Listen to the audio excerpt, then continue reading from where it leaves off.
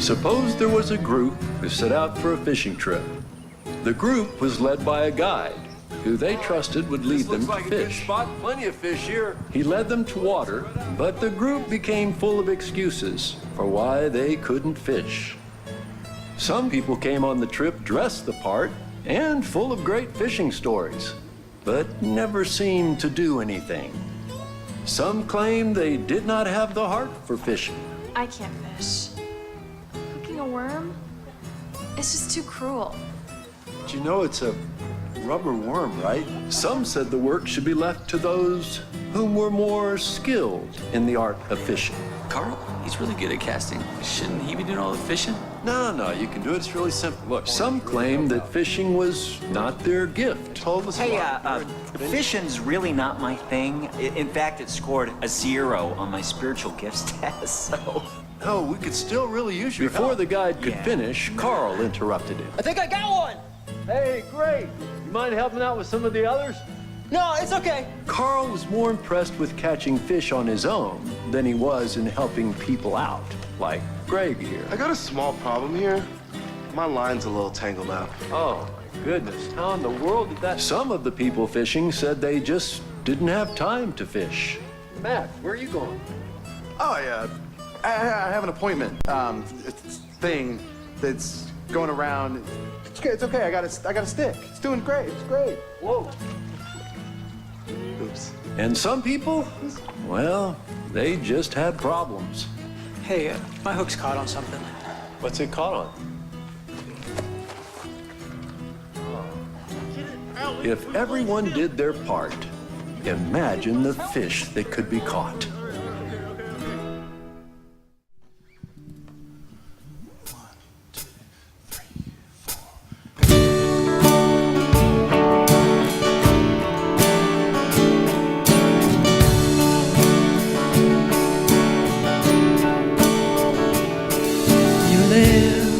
Among the least of these, the weary and the weak,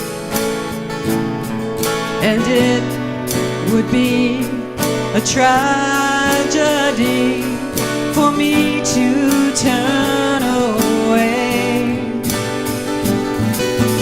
All my needs you have supplied. When I was dead, you gave me life.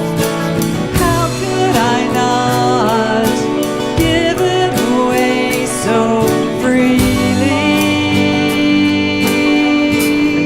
And I'll follow you into the homes of the broken, follow you into the world.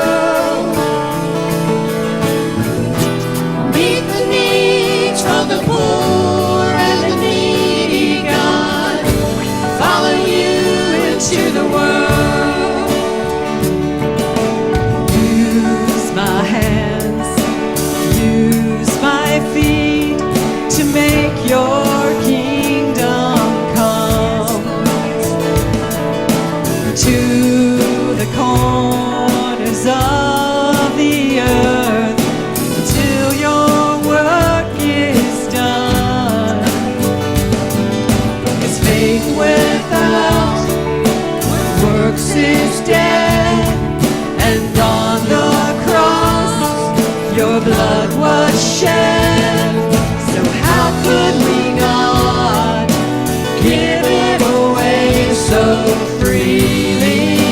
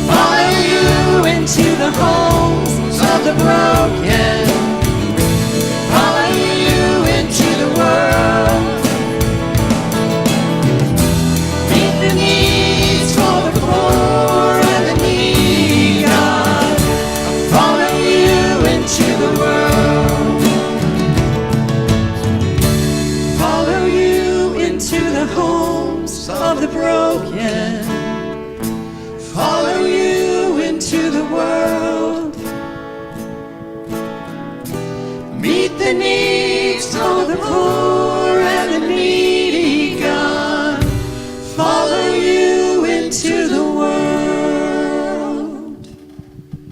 Amen. I get to stand in the back every week and dance and jump and do all kinds of stuff with the kids. But when you get to stand out here in front of these grown-ups, I even tried to dress up to make me look like I was grown up. Sydney asked me why I wanted to dress all in black. I said, well, I hear that black makes you look thinner. Sydney said, do you have anything blacker? So with that said, I'll do my best to try to speak what God's laid on my heart today. But first of all, I'd like to thank Pastor D for the opportunity to do this. It's 5-6 weeks ago or so that he asked me to do it, and I immediately I didn't even think twice about it. I said yes, and since then I've been trying to prepare something for you. But like I said in my prayer just then, I pray that God just takes over me, because even though I do this every week back there, I'm nervous. I mean, I am. I'm just scared. I ain't gonna lie to you. So if I stutter, if I shake, if I lose my place and start over again, just bear with me. Pastor D asked me, he says that, there's people in the church that know you, and some people think they know you or whatever. He said, so just take a moment just to tell people about yourself a little bit more, and kind of let people know who I am, what I am, and where I plan to go and what I plan to do, that kind of stuff. So first of all, let me say that, in case you're wondering, I am not 20 years old, okay? I know I look like it, but I am not 20 years old. I had a kid back in kids' church a few weeks ago. They said, Pastor Joe, we know you're 60 years old, but you do act like you're 19. I'm not 60 either, but I'm not 20. I was born in Greenville, South Carolina, just a couple hours up the road, on a cold November day. My mom's here, she can remember that. A cold November day back in, again, it's just a few years ago. But anyway, there was 7 kids in my family, and I was the middle child. I had 3 older brothers and a younger brother and 2 younger sisters. So as a kid, I learned to share everything. I mean, it's a good lesson to teach kids. I shared everything as a kid. Matter of fact, I shared a bed my whole life. But anyway, we did. We lived all over South Carolina, from Greenville to Charleston, from Tigerville to Yamasee. I lived all over South Carolina. South Carolina, I tell you this to let you know that South Carolina is my home. I know South Carolina top to bottom. I can't think of a town or a community I haven't driven through at some time in my life, and maybe even have lived there at some point.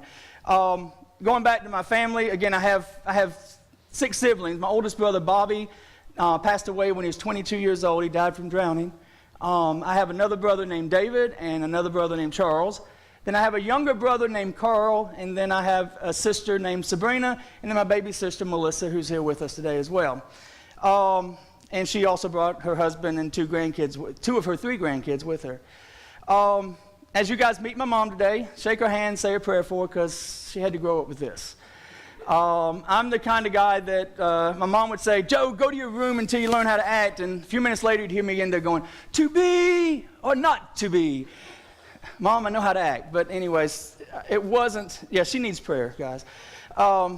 Anyway, and I'm blessed to be married to Sydney. Sydney is a great wife, great mother, great friend, and most of all, a great supporter for all the crazy things I try to do and say. She gets embarrassed by me sometimes, but she's learned to cope with it. Sydney and I have 2 kids together, Joey and Allie, but together we have a blended family. And when you put our family together, we have a total of 7 kids and 9 grandkids. That makes me a very blessed guy. I tell you all of this to say, with 7 kids in my family growing up, and a lot of nieces and nephews, and a lot of cousins, and a lot of kids in my own family, and a lot of grandkids, there's a common theme in my life, and there's a reason why I do kids' church in the back. I love kids. I love youth. I love to be around kids. I hear they make you stay young. However, my age keeps going up. It hasn't brought my age back one bit. I keep trying, but it just doesn't happen. My main scripture today is going to come from Matthew chapter 4, verses 18 through 22. We were at the NYLA Youth Conference, Sydney and I, a couple of months ago, and a guy mentioned this really quick in part of what he was saying, and I've stuck with it ever since then, and it's been kind of on my heart, and it worked into what I want to speak about today. But If you're there at Matthew chapter 4, verses 18, the scripture reads as this. While walking by the Sea of Galilee, he, Jesus, saw two brothers, Simon, who is called Peter, and Andrew his brother, casting a net into the sea, for they were fishermen. And he said to them, follow me, and I will make you fishers of men. And I want you to concentrate on the middle part of that. There's three parts of that verse, I think. It says, follow me, and I will make you, and then fishers of men. But I want you to concentrate on the middle part of that verse, I will make you. And I'm going to talk a lot more about that here in a little bit. But anyway, the scripture goes on to say in verse 20, immediately they left their nets and followed him. And going on from there, he saw two brothers, James, the son of Zebedee, and John his brother, in the boat with Zebedee and their father, mending their nets, and he called them. And finally, verse 22 says, immediately they left the boat and their father and followed him.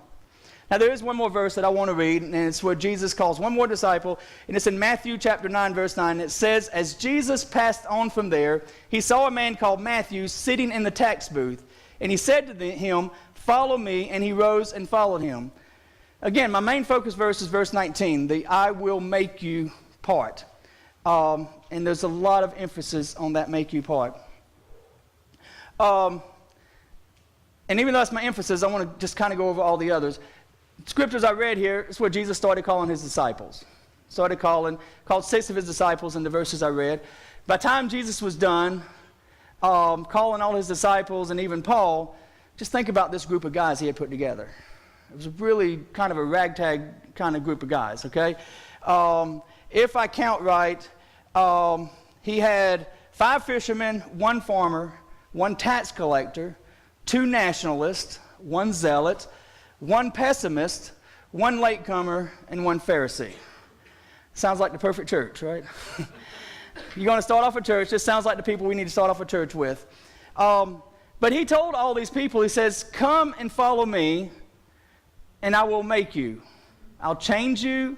I'll transform you. I'll just remake you into fishers of men if you'll follow me. And that I will make you part, again, is the part that I think people so oftentimes look over. It seems like people think, hey, look, I prayed the sinner's prayer. I'm a Christian. I'm going to go out and I'm going to catch me some men for Jesus. That's it. I'm done. I'm ready. And that's kind of what people seem to think they do. But that's not what Jesus said. Jesus says, follow me, and then there's a process. Slow down, and let's make you into fishers of men. Now, how many of you like to fish? We saw the video of fishing earlier. That was a great video, okay? You like to fish. I don't like to fish. I despise fishing. And if you ask my mom why, she'll tell you why. I don't like to get my hands dirty. I don't like to do anything to get my hands. I cannot stand dirt on my hands. I can't work on a car. I can't do that stuff because I don't like to get my hands dirty. I like to cook, and that's different for some reason, but I don't like to get my hands dirty. But my dad was a fisherman. My dad loved to fish. My dad would fish. He'd stop on the side of the road and just fish about anywhere he could find a place to fish, and he could catch fish. My dad could feed his family fishing. If my family depended on me to catch fish, I wouldn't need to wear black. I would be just skinny enough without wearing black if they depended on me to fish and feed them. I'm not a fisherman. Now, I'm not a fisherman because my daddy didn't try to teach me, and I'm not a fisherman because my dad didn't ask me to be a fisherman. My dad wanted me to fish. He asked me to go fishing with him. I'm not a fisherman because I never allowed my dad to make me a fisherman. I never allowed my dad to teach me all the steps it took to be a fisherman. And so I'm not a fisherman. Now, that doesn't mean that I don't know enough that I can't go out here to Lake Wiley and cast a rod out in there and I might get lucky and pull in a fish. But just doing that's really not enough. Just catching a fish, there's more to it. I mean, once you get the fish in, what are you going to do with it? I mean, you got to clean it, okay? I do not like cleaning fish, okay? I don't like that. Then after you get it cleaned, come on, you with me? You know what we're talking about here. You got Haley doing all this, right? All right, Jack. You got to clean the fish. Then after you get it cleaned, you're still not finished with it if you want to eat it. Then you got to season it, you got to batter it, you got to fry it, you got to cook it the right amount of time. There's a whole lot of steps to get that fish from the water and actually into your stomach where it's fulfilling. And that's what Jesus is telling us. He's saying that if you'll follow me, I will make you into what you need to be to get from here all the way to here. And as me, being the children's pastor here and being the youth minister here, that's my goal. My goal isn't to just teach people about Jesus, to teach kids about Jesus. My goal is to make those kids be fishermen. I want to do what Jesus wants to do to me, and he's still working on me to do it. I want to make those kids into fishermen. If those kids can come into our church and they can learn how to share the gospel with others, and they can leave this church, think about the people we can reach. So I don't want to just teach the kids about Jesus, but I want to teach them how to teach people about Jesus. And so they can teach people how to teach people about Jesus. That is our goal. And I kind of got off track here a little bit, but I'm saying everything I think I'm supposed to say. I think of Jesus as being one of the first great multi-level marketing people. You know, he got 12 people, and he told those 12 people to go out and get 12 people, who goes out and get 12 people, who goes out and gets 12 people. And that creates.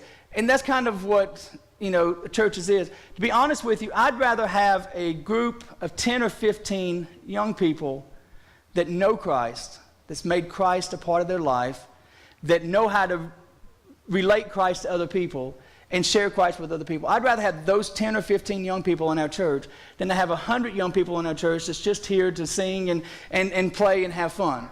I mean, I'd love 100 kids here, don't get me wrong, but that 10 or 15 that were really dedicated followers of Christ are the people we want. Back in kids' church, this is not in my notes. God, help me. Anyway, this is not in my... But back in kids' church, I do lessons every week using an object of some type, okay?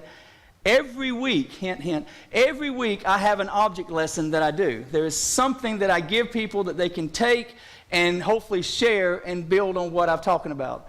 So I do that every week. And my measurement of whether I'm succeeding or whatever is what I see other people do. Well, I'll try. I get emotional when I talk about kids here, but anyway, one little guy came to me the other week and he said, "Pastor Joe, I got to show you this object lesson that I've learned." And it was a great little thing that he did, and he showed me. And he told me about it anyway, and I said, "You know, that's all great, but what's it mean?" And he went on to tell me. He said, "Well, this represents, you know, how sin separates us from Jesus, and we need to get the sin out of our life so we're not separated from Jesus." And he was able, at 8 years old, is he, how old? 7? At 7 years old, he's able to tell people, using a simple object, he's able to tell people how sin separates us from Christ and what we need to do to get rid of that sin to be joined with Christ. That's what I want. I mean, that's success to me, okay? Whenever little kids can take something and share it with others and tell them about Christ. And in this case, I shared it yesterday at our Juice for Joe meeting. In this case, it's really special because this kid, his dad don't go to church. And his dad won't listen to me or anybody else, but I can bet you his dad's going to listen to his little boy, okay? So this dad is getting ministered to through object lessons that we teach back in kids' church. And now I understand, I was told yesterday that he's actually got a book to try to learn even more object lessons and more things that he wants to do. So this is what I'm trying to do with kids. I'm trying to be a disciple maker.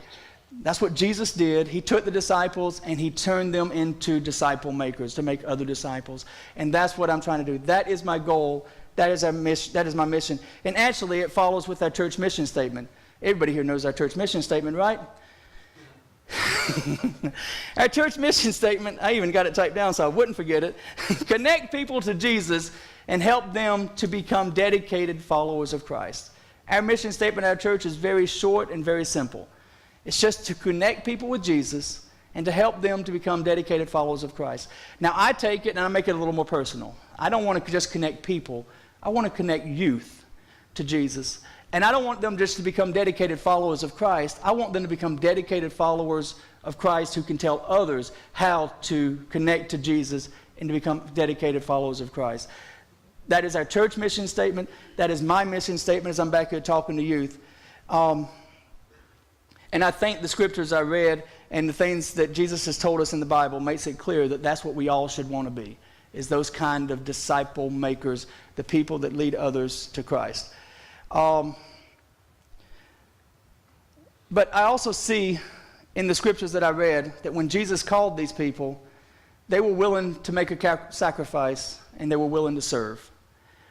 They didn't just say, okay, Jesus, I want to do that, like some of those fishermen in the story. Yeah, I want to be a fisherman, but I kind of do it from back over here. I'll just watch and let you guys do it.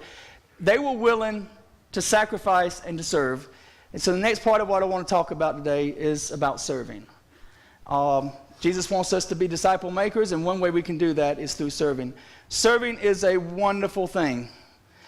And I like to tell stories. So I'm going to tell a story today. I'm going to read it because I will forget it otherwise if I try to. But I'm going to tell a story today. The first time I heard this story was about 20 years ago when we took a group of kids from this church up to Pigeon Forge. There was a guy there that's named Justin Fennell. He's a Christian comedian, and he told this story. And this story has stuck with me. I've told it at other churches before. It's a story about service. It's kind of a funny story. But just bear with me as I try to read the story because I think it sums up what I feel about service altogether. And here's how the story goes. It says, here's a story from up in the hills of Tennessee where there ain't no phones and no TVs. There ain't no roads or no electricity, and you got to walk a straight path if you want to be set free. You know what I mean, right? Now that's deep in the hills of Tennessee. Well, now deep in the hills of Tennessee lived a man named Bubba, born in 1933. The biggest sort of fella that you ever did see with the biggest pair of feet that there ever could be. And old Bubba's feet, they could bring tears to the eyes of a skunk. Just to say it lightly, old Bubba's feet, they stunk. Well, now on the other side of the mountain, folks were gathering at the first self-righteous church of the brethren. The rich, the poor, and those in between, well, just about everybody that day could be seen. Ooh, I lost my place. And everyone's excited, but a few's in the crowd's a little nervous because tonight is the night of the annual foot washing service. By far the most social event of the season, and you better not miss it without a powerful good reason. Well, the preacher, he prays and he gives the high sign for the people to start joining in to foot washing time. Why, there's girls washing cats and there's boys washing dogs, and I think there's even one old man over there, he's washing a hog. But mostly it's just people with people because this is the day to put your humility on display. Woo. By the time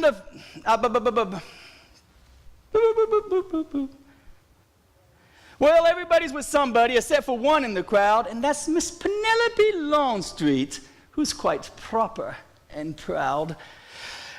Well, Miss Penelope came with her bucket in hand, but she kind of stayed in the background when all that foot washing began. But this year was different. As she stood back near the rear, because this year, old Bubba was planning to appear. Well, the mountainside thundered with an earth-shattering thud as the cadence of Bubba's big feet stomped in the mud. Then Bubba bounced up on a hickory stump and then crossed over a creek with just a step and a jump. He passed through a pasture with cattle and sheep, and he mashed a few metal muffins with his bare feet. Squish. But nothing was going to stand in his way to making it to church on this foot washing day. By the time he arrived, folks had done begun a soaping and a scrubbing, just having some foot washing fun. That is everyone except for Miss Penelope Longstreet, who just about died on the spot when she saw the sight of Bubba's big old feet. And then Bubba looked at her with a ragged-toothed grin and said, I think it's about time for you and I to begin. Well, everything stopped. Every eye in the place was fixed on old Bubba. And Miss Penelope, and the look on her face.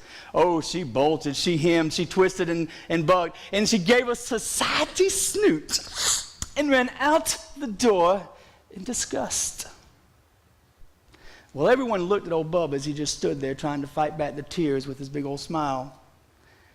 But then what came next, what Bubba said next, made everyone feel ashamed, as Bubba announced to all exactly why he had came. Well, I did not come here today to the house of the Lord to have my feet washed, but I came to wash yours. And ever since I was young, I was taught to believe that it's always more blessed to give than receive. Well, now every year at the annual foot washing service, folks are reminded that this event has a purpose. They're told about old Bubba and his service to others, and it reminds us all once again to don't be so quick to just simply judge a book by its covers. And if you should ever find yourself up in the hills of Tennessee, just remember this story of old Bubba and Bubba's big feet. So that's my story. It's a story about service. But before I say anything else, I got some scriptures I want to read to you. Mark chapter 9, verse 35 says, "And he sat down and he called the 12, and he said to them, if anyone would be first, he must be last and a servant to all." Titus 3:8 says, "This is a trustworthy saying, and I want to stress these things, so that those who have trusted in God may be careful to devote themselves to doing what is good. These things are excellent and profitable for everyone." And finally, Mark chapter 10, verse 45 says, "For even the Son of Man did not come to be served, but he came to serve." Jesus did not come to be served, but he came to serve others and gave his life for a ransom for many.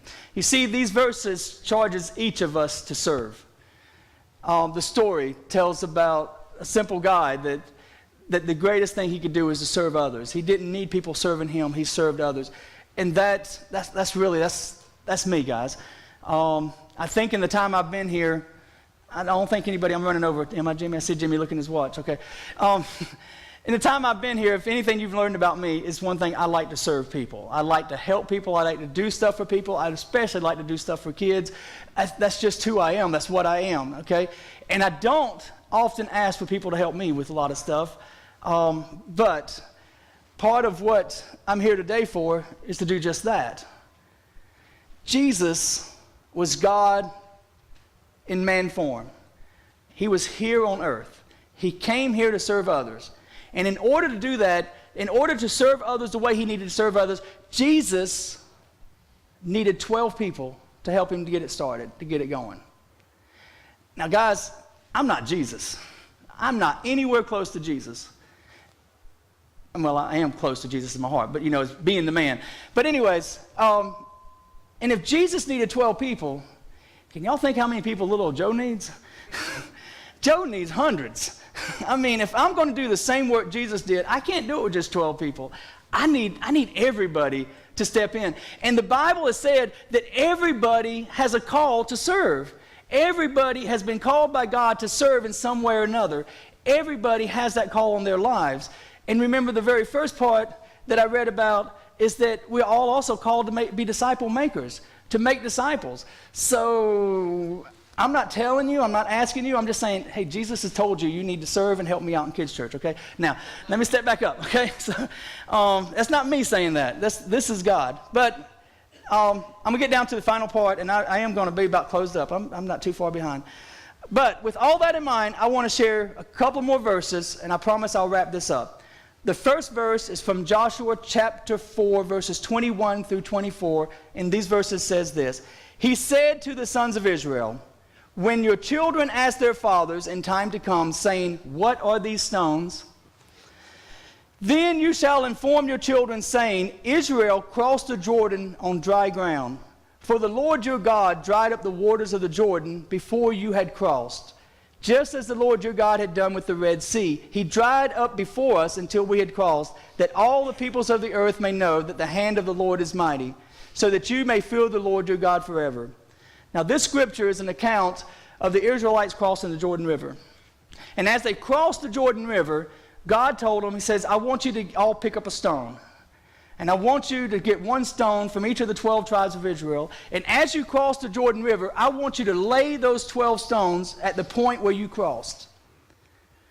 And the reason I want you to do this is so that years down the road, when you cross by and you see those stones, and your children say, 'Hey, Daddy, what's those stones about?' you can remind the kids, you can remind the younger generations of what God had done for you and how God had provided for you. That's what these stones were for. But then I got a couple more verses. In the very next book of the Bible, the book of Judges, in chapter 2 of the book of Judges, just very shortly after all of this greatness that God had told them, lay these stones down and don't forget to tell your kids, this is what you got to do. Just the very next book of the Bible, in the book of Judges, in Judges chapter 2, verses 10 and 12, it says, "And there arose another generations after them that did not know the Lord, nor yet the work which he had done for Israel. Then the sons of Israel did evil in the sight of the Lord and served Baals, and they forsook the Lord, the God of their fathers, who had brought them out of the land of Egypt." And the psalmist reminds us in Psalms chapter 78, "He commanded our fathers to teach our children, that the next generation might know them, that children yet unborn and arise and tell them their children, so that they could set their hope in God and forget not the works of God, but to keep his commandments. And they that should not be like their fathers, a stubborn and rebellious generation, a generation whose heart was not steadfast, whose spirit was not faithful to God." It's obvious that people didn't listen. In the book of Joshua, God said, look, put these stones down so you won't forget what I did. And then in the very next book, after Joshua died and all the other people of his generation had died, nobody told the story. Everybody forgot. This is one of the saddest verses, I think, in the Bible. I mean, I'm looking at it, obviously, from way back, looking back, hindsight's 20/20. Isn't this just sad? I mean, they had everything there. God had given them everything they needed to bring up future generations remembering him, and they forgot to tell people about their stones. Simple. It was just stones. And they forgot to do it. They did not do it. I'm currently reading a book. It's by Ken Ham. It's called Already Gone. Very interesting book, because he says that if you look at the youth in the church today and you think that they're leaving the church, he says, I'm telling you, they're already gone. They're not leaving the church. They're already gone. Because so many of us, me, over the last 10, 12, 20 years or whatever, we have not been laying our stones and reminding the kids the way we should about what God has done for us. And if you think this is just something I should do as a children's pastor or youth leader, you're wrong. You can even say, look, I don't have kids. That's not my job to tell kids about Christ and all that. That's not my job. I can guarantee you that everybody in this church has a blessing in their life that God has given them of some type. You have an obligation to take that blessing and share it with others. I mean, I don't think it's, if I see an 80-year-old man that never got married, never had any kids or whatever, and have that 80-year-old man to say, son, let me tell you what God has done for me. I mean, that means a lot to me. Now, he can tell his own kids. If he'd had kids, he could have told his own kids, and yes, that's good. But to hear somebody else tell me what God has done for me and reminds me of what God had done for them, it lets me know that God is still God, yesterday, today, and forever, and he's still meeting the needs. So in essence, what happened in the book of Joshua and Judges is happening today in the churches. Statistics makes it clear that 2/3 of the young people in the United States are leaving the church by college age, and very few ever return. Pew Research in 2010 clearly showed a similar trend in American churches, with only 18% of the younger generation attending church compared to 56% of the older generation. Research also shows that parents and church leaders have failed to raise a generation who know what they believe, why they believe what they do, and how to defend the Christian faith. And importantly, how to train up the next generation on how to do the same thing. So, on this first Sunday of July, I'm challenging all of you to join with me as we commit to do what God has commanded all of us to do. The spiritual training of our children. Fact is, each child is a human being that will live forever, either in heaven or in hell. Every child. Now, if that alone, if that thought, if you look at an 8-year-old boy and you can look him in the eyes and you say, okay, I know that you're going to live forever, and I know it's either going to be in heaven or hell, but I don't care enough to share anything with you. If that doesn't bring something to you that you don't want to share with that child and say, hey, God, look, it's going to happen. Let me tell you what God has done. This is the path I want you to take. If these verses, if God in the scriptures doesn't let you look at a child and think that, I don't know what is.